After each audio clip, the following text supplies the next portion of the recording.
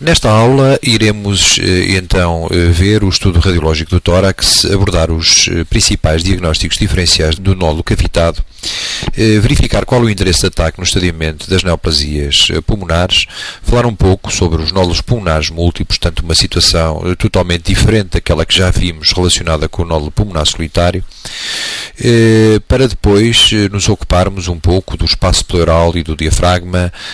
da sombra cardíaca e finalmente fazer uma revisão da avaliação do mediastino e das principais massas tumorais deste compartimento anatómico. Começando assim com as lesões cavitadas, que constituem um problema radiológico particular, dado que existem várias possibilidades etiológicas. A melhor forma de abordar, de facto, a semiologia das lesões cavitadas será através da avaliação da espessura da parede parietal, onde poderão ser imediatamente divididas em dois grandes grupos. Aquelas que têm uma parede claramente espessa e irregular, nomeadamente paredes com uma espessura mensurável igual ou superior a 3 mm, e aquelas que têm, pelo contrário, uma parede extremamente fina e irregular,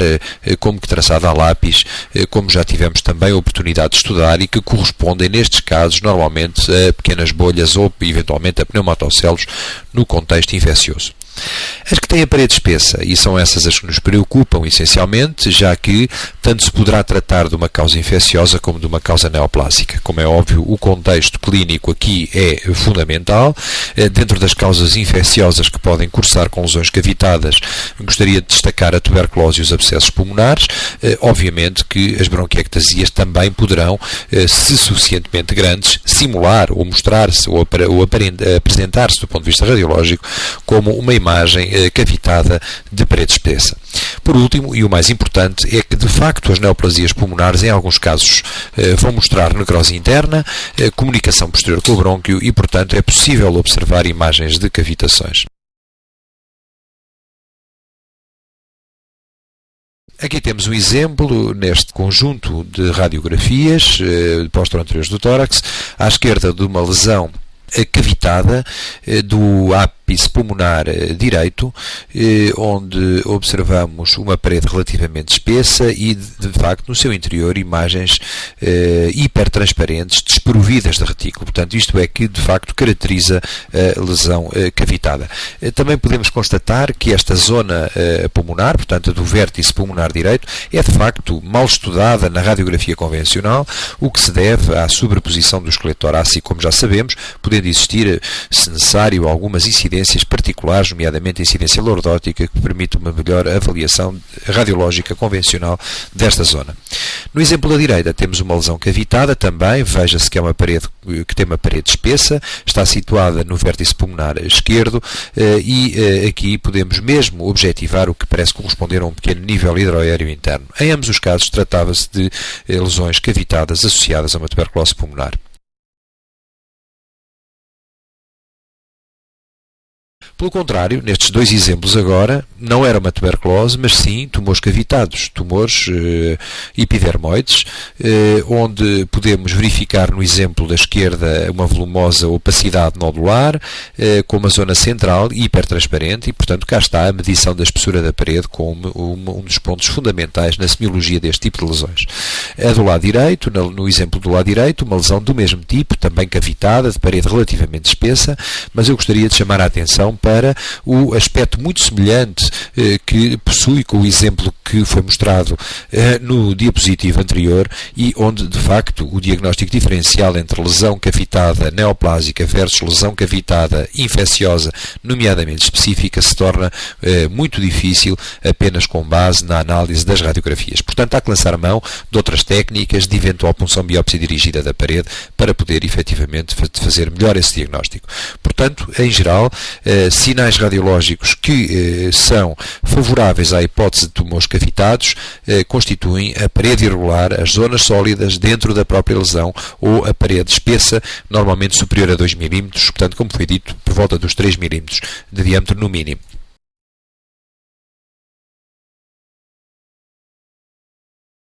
Nestas imagens podemos de facto observar a vantagem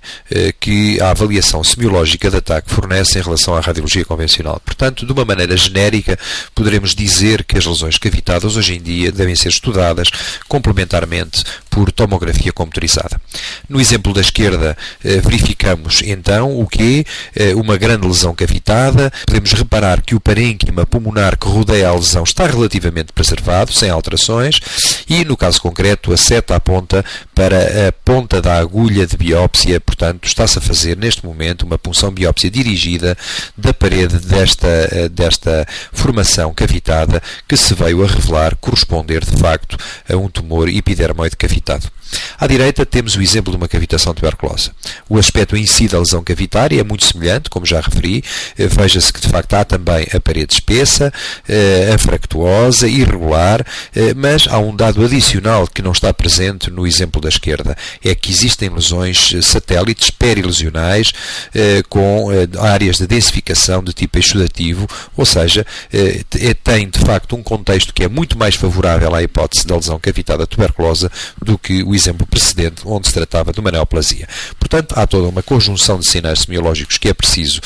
lançar mão e, obviamente, os casos duvidosos deverão ser sempre sujeitos à confirmação, nomeadamente através da punção biópsia da parede da própria lesão cavitada, o que é perfeitamente execuível, como se vê neste exemplo.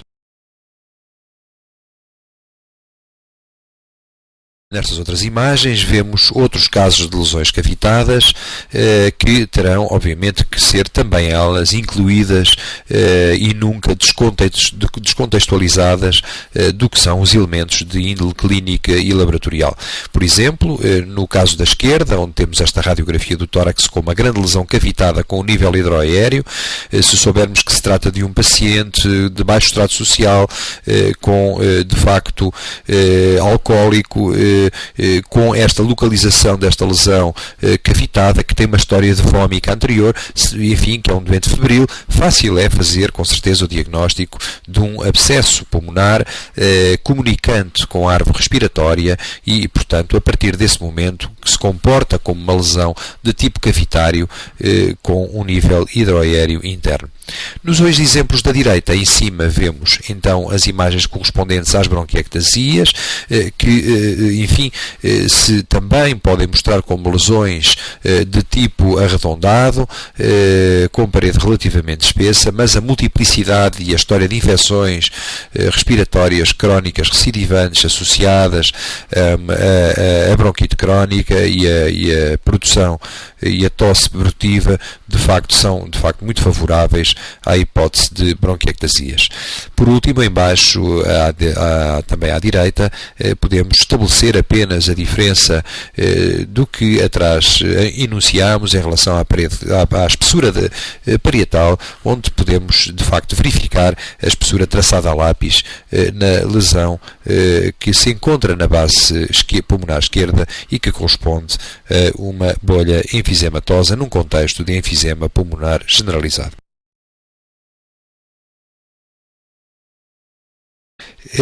Neste diapositivo podemos observar, melhor identificado até na radiografia de perfil do que na radiografia posterior, outra imagem areolar, hipertransparente, de parede agora muito fina, como que traçada a lápis. Se soubermos que este doente, que teve de facto uma pneumonia pneumocócica, de facto não será difícil colocarmos a hipótese diagnóstica de uma bolha enfisematosa transitória, o que é conhecido por pneumatocele e que é potencialmente reversível.